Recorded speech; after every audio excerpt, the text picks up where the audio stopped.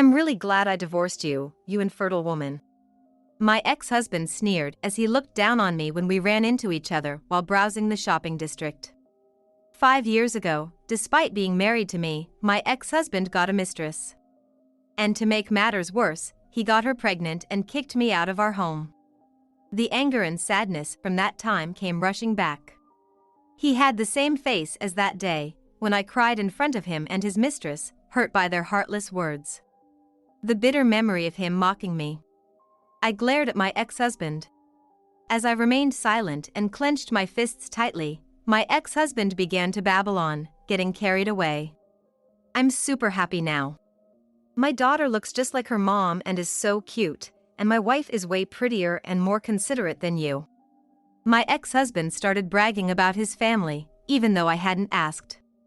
Honestly, I wasn't interested at all. In fact, I was completely disgusted.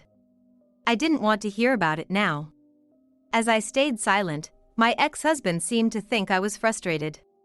He gave me a condescending smile. Oh, sorry, I guess you wouldn't know the happiness of having your own child since you're infertile. Really pathetic. When my ex-husband said that, I couldn't hold back and finally spoke. It seems like you're misunderstanding something. My name is Chloe. My ex-husband, Sebastian, and I knew each other from college, where he was a senior and I was a freshman. We met in a futsal club I joined, somewhat reluctantly, because of a friend's influence. I'm not very good at sports, and I never got good at futsal either. I'm more comfortable staying in my room and drawing. But the club members were all kind, and I enjoyed participating despite my lack of skill. Sebastian always practiced with me.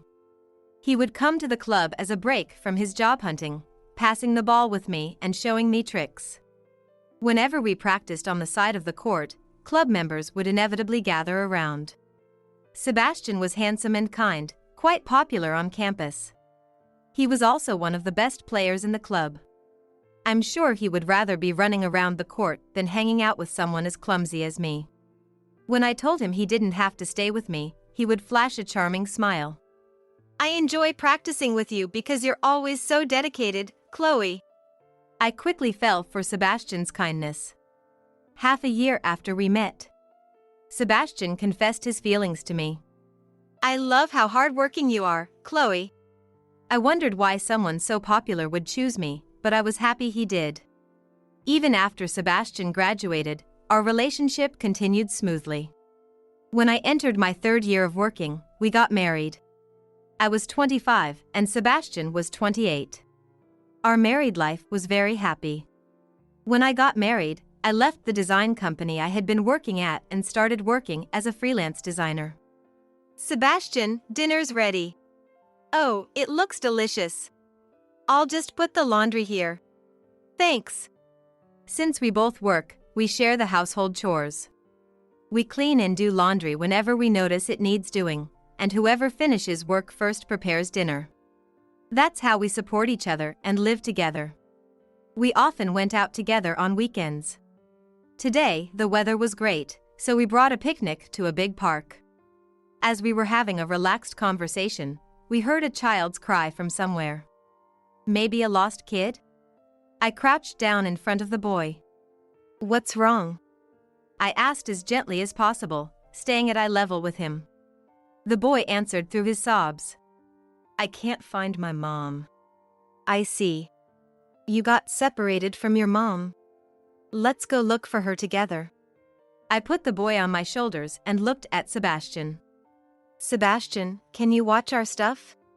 Sure. I'll call you if I see someone who looks like his mom. Thanks. After about 10 minutes, we found the boy's mother. When I got back to where we were, Sebastian was playing on his phone. Sorry to keep you waiting. Welcome back. I found his mom pretty quickly. She was looking for him too. That's good. Sebastian just nodded, not seeming very interested. I wondered if he wasn't worried, but I hesitated to point it out. Instead, I asked a neutral question while watching the kids playing energetically. Sebastian, do you like kids? Not sure. Oh, but my parents are always saying they want grandkids soon. So, Chloe, it's up to you. I thought it was something we should work on together, but I swallowed my words to not spoil the moment. We had our struggles. Even after a year of marriage, I still couldn't get pregnant.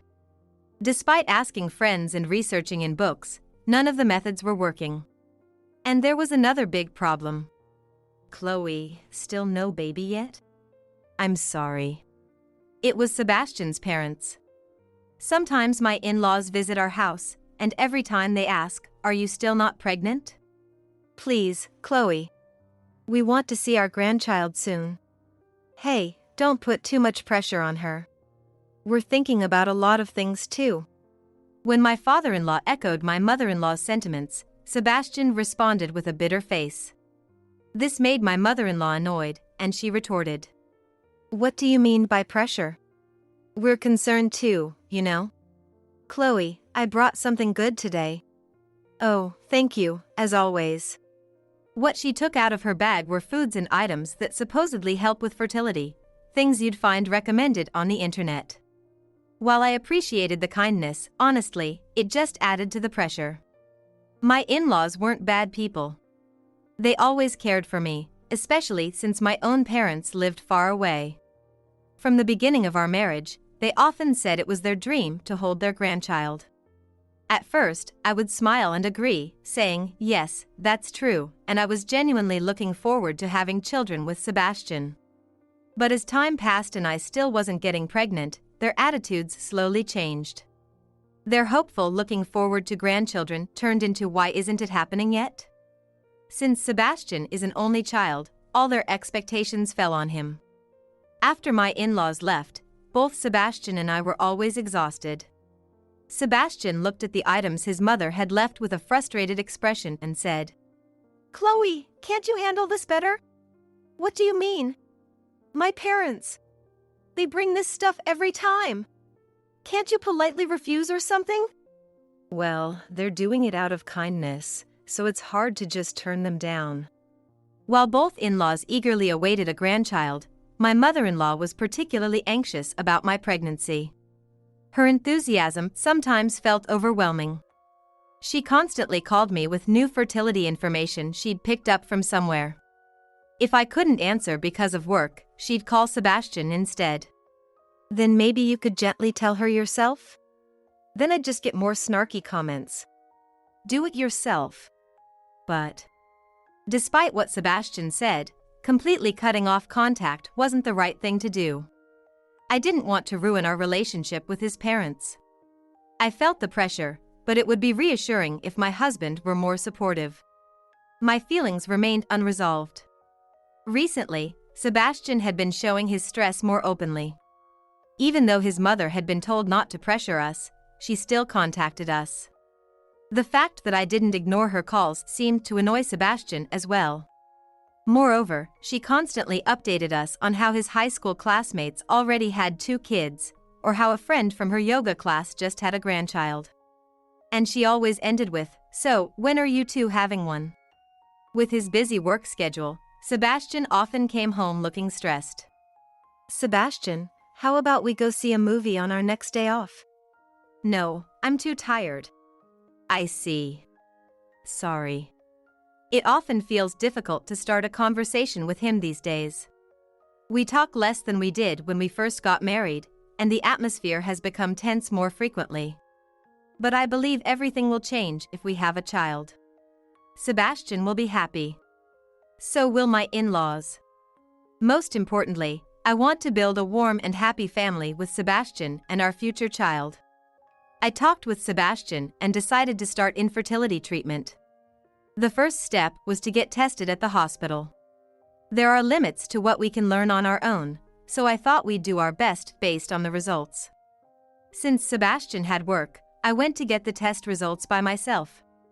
I got the results and waited for Sebastian to come home. How were the tests? Here are the results. I pointed to the section on the paper from the hospital. Sebastian looked at where I pointed and frowned. Actually, they said it's hard to conceive with the condition. So, it's your fault we couldn't have kids? What? I didn't understand what he was saying. He threw the folded test results at me. So all the snide comments from my mom were because of you? Did you read the whole thing, Sebastian? Shut up. I don't want to hear it. I'm not eating dinner tonight. Wait, hold on.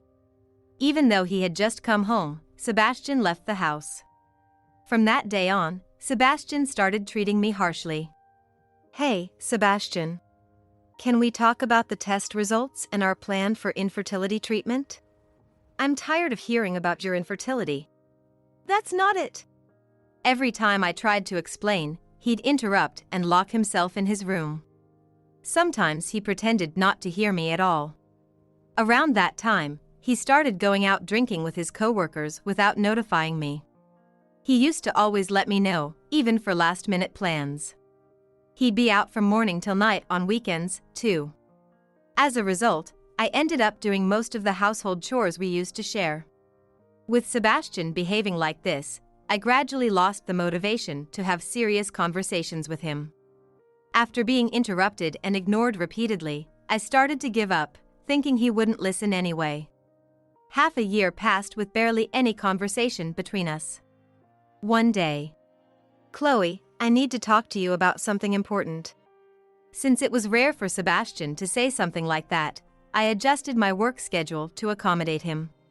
However, Sebastian didn't start talking right away. What's this important thing you need to talk about? Just wait a bit. Then, the doorbell rang. The person who came in with my husband was a woman I didn't know. Nice to meet you, Chloe. The woman smiled brightly, but I had a bad feeling. Sebastian, who is she? Sebastian said something unbelievable, pointing to the woman with a triumphant look. She's my girlfriend. What do you mean? The woman, who claimed to be his girlfriend, answered my confusion. I'm pregnant with Sebastian's child. That's right. So Chloe, I want a divorce. Sebastian, have you been cheating on me all this time? Was this why he hadn't been home on weekends lately? To be with this woman? My vision went dark. Cheating? A woman who can't even have kids shouldn't talk big. She's gonna make me a family. There it is again. Even though I tried to talk about it many times, he always interrupted or ignored me. Since that day, Sebastian has thought it's my fault we can't have a baby. So, that's... I'm sorry, Chloe. Suddenly, the woman bowed her head. I was so shocked that I stopped speaking. Sebastian and I dated in high school. We broke up, but recently met again at a reunion. He told me things weren't going well with you. Apparently, this woman was Sebastian's ex-girlfriend. I didn't even know he had gone to a reunion. While we were talking, we realized we still had feelings for each other. And then I got pregnant. Sebastian said he'd rather be with someone who can give him children than a wife who can't. I couldn't say anything. I was too shocked that Sebastian had said such things behind my back. I'm really sorry to hurt you, but I'll make Sebastian and our baby happy, so please step aside. Although she apologized, she didn't seem sorry at all. In fact, she kept glancing and smiling at Sebastian. I could feel their contempt for me.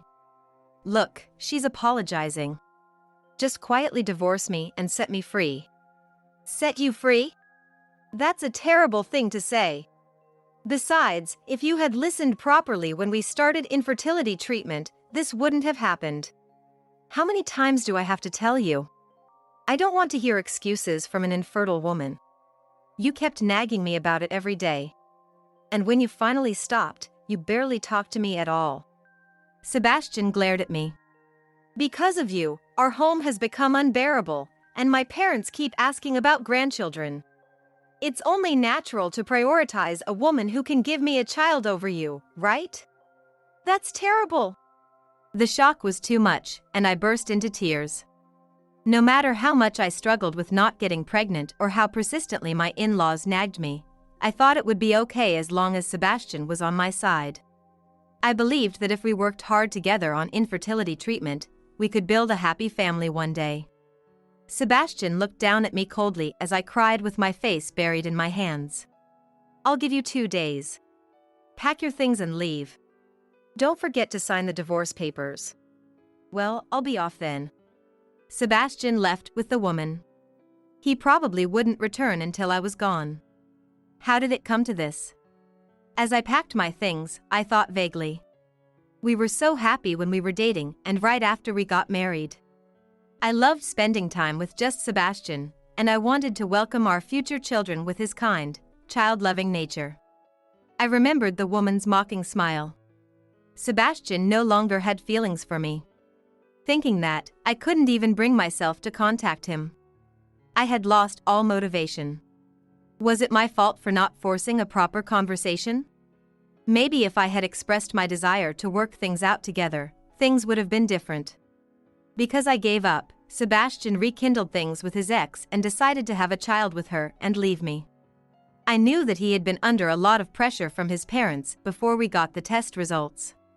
He had always wanted his own child. When he saw the results and thought it was my fault, his bottled-up stress probably exploded.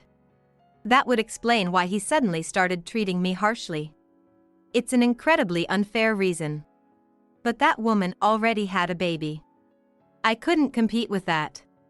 The shock was too much, and to keep my sanity, I convinced myself that it was my fault. If it was my responsibility, then I just needed to handle it better. Even though he gave me 2 days, I left the house the next day. My parents were surprised when I suddenly showed up at their house, but they must have sensed something from my tear-swollen eyes because they welcomed me warmly. After hearing what happened, my parents were furious. "Chloe, let's hire a lawyer and proceed with the divorce. I have some connections. But if I just step aside, everything will settle down smoothly." I was aware of how pathetic I sounded. I knew I should handle this properly. But I was just so tired. Sebastian, whom I loved so much, didn't believe in me and betrayed me in the end. The happy family Sebastian and I had always dreamed of was taken away by that woman. Honestly, I don't want anything to do with them anymore. I never want to see those mocking eyes again. "Chloe." My mom called my name gently as I sat in silence. "It's not your fault, Chloe." "Huh? Knowing you, you probably think you just need to handle it better yourself." "How did you know?" My mom smiled proudly. "Because I'm your mother." "That's right, Chloe. Let's fight this properly. We're here for you." What strong allies I have. Sebastian stopped being on my side, but my parents will always believe in me until the end. Thank you, Mom and Dad.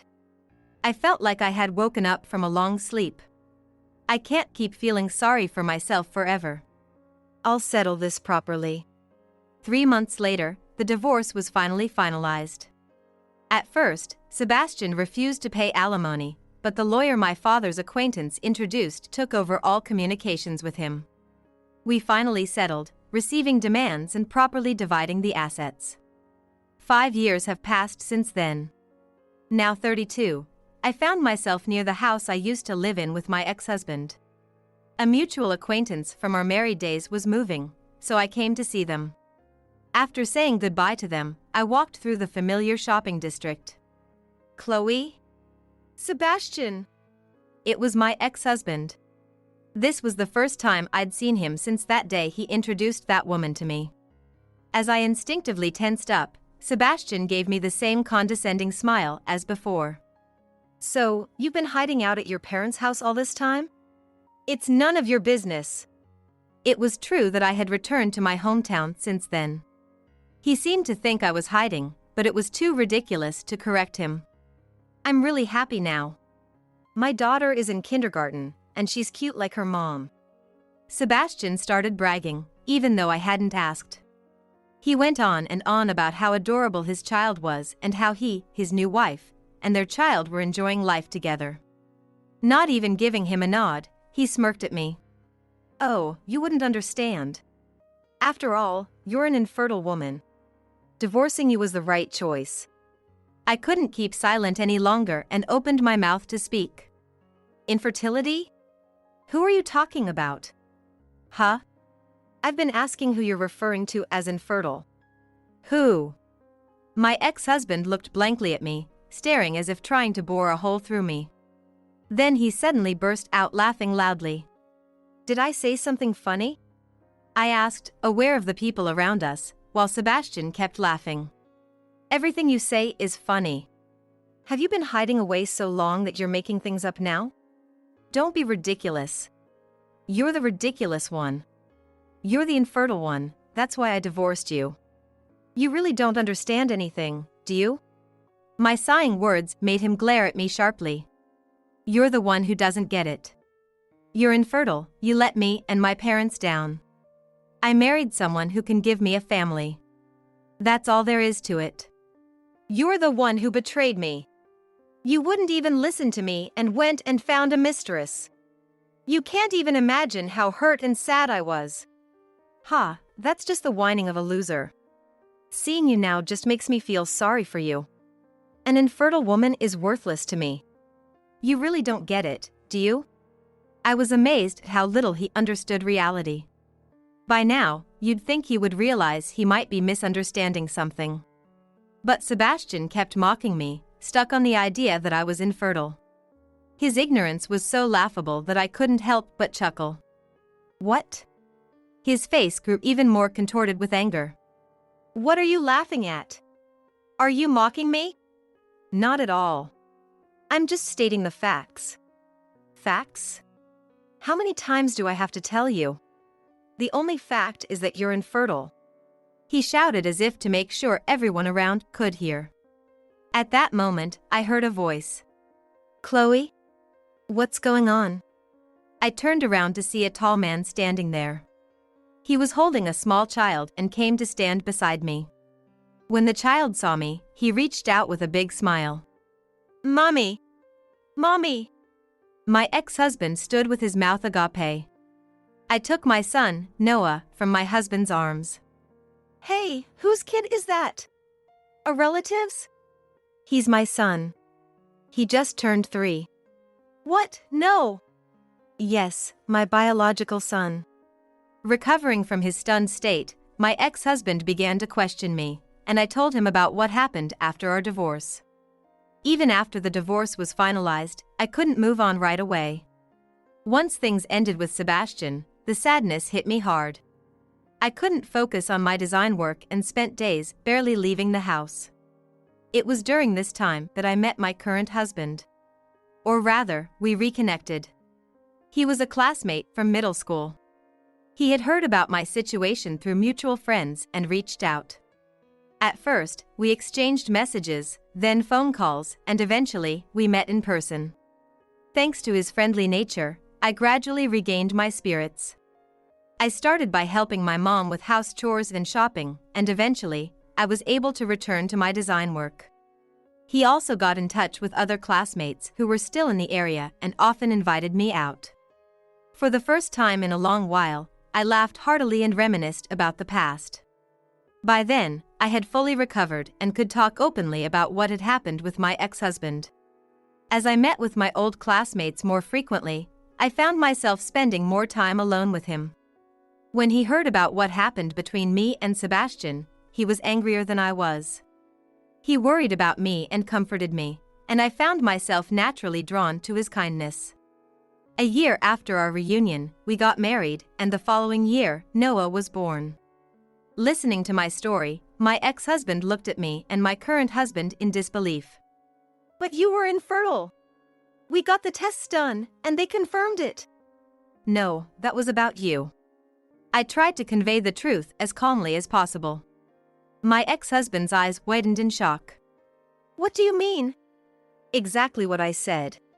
The one who had difficulty conceiving wasn't me, it was you. It was clearly written on the test results." My ex-husband had misunderstood all along. He believed the reason we couldn't have children was because of me. He read only the part of the document I pointed to and never looked at the name. Convinced that I was the one with fertility issues, he never rechecked the test results or listened to me, and continued to blame me. He accused me of being the reason his parents made snide remarks, and of not allowing him to fulfill his dream of having children. "You never told me any of this." "I tried to. I shouted back at my ex-husband, who was yelling at me. I tried to tell you many times. But every time, you wouldn't listen. But there were months before we divorced. There were plenty of chances to talk. True, but after being interrupted and ignored so many times, don't you think it's natural to lose the will to talk? But still. My ex-husband still seemed unconvinced. Then you could have told my parents or found some other way. I thought about that too. But I didn't think it was right to discuss your private matters with your parents without your permission.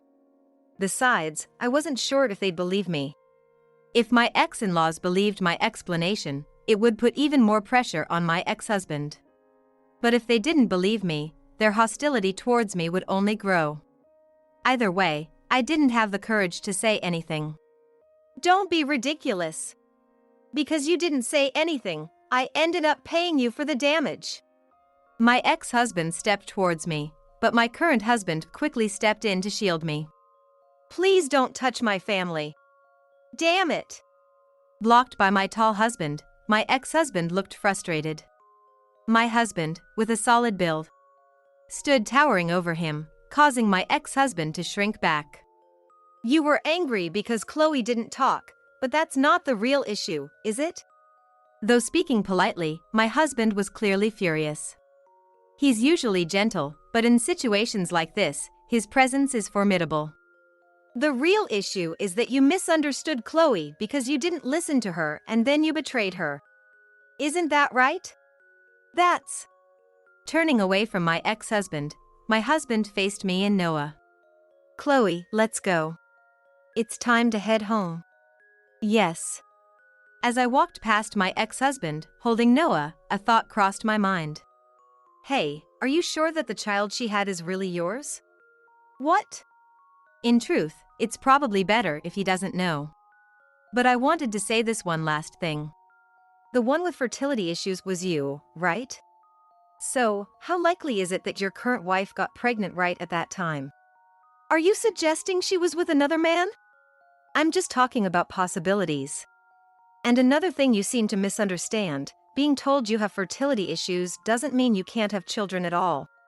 So, it's possible that your daughter is indeed your biological child. My ex-husband, not really listening to my attempt to be somewhat considerate, kept muttering, "No way, that can't be." But there was nothing more I had to say. Goodbye. Leaving my pale-faced ex-husband behind, I left with my precious family. I heard the rest of the story from a friend from my college days. We were close in the futsal club, where there were few girls. She was 2 years below my ex-husband and worked at the same company.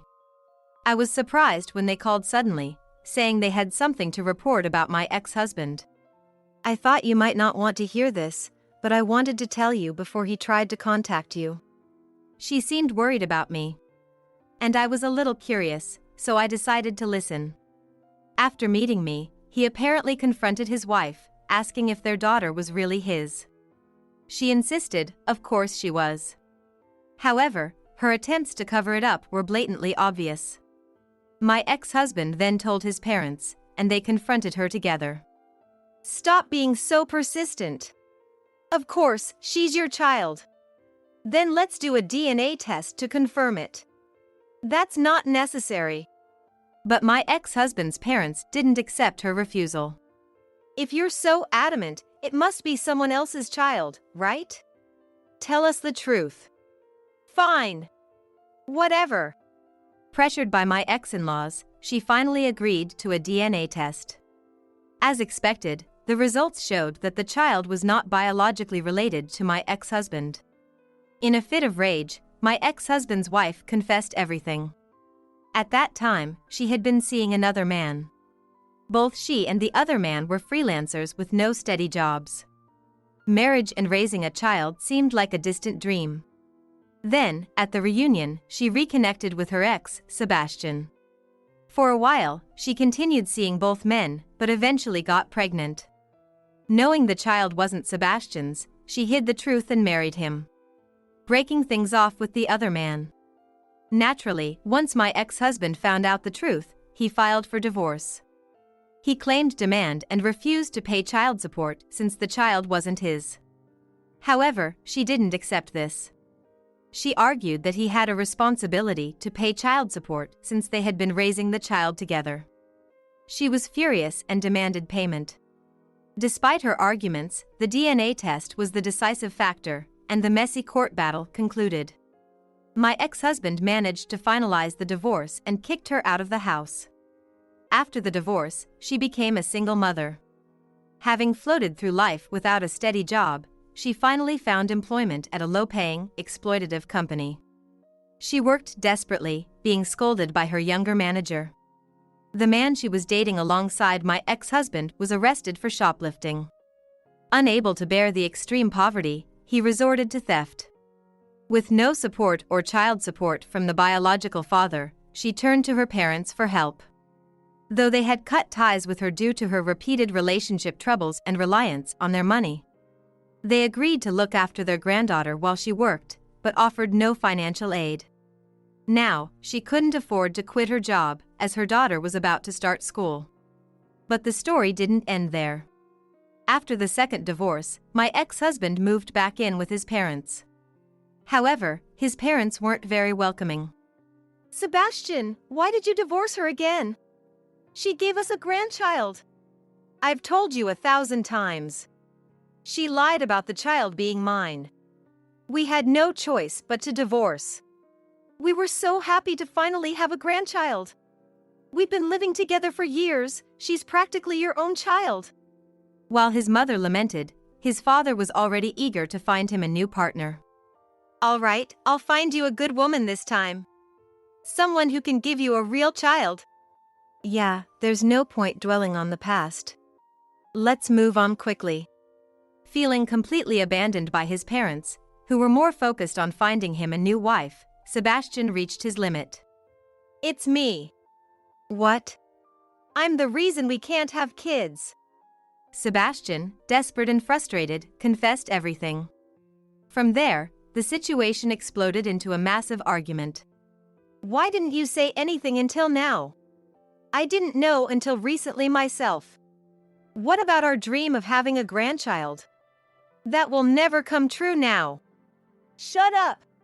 I'm tired of your pressure. I've had enough.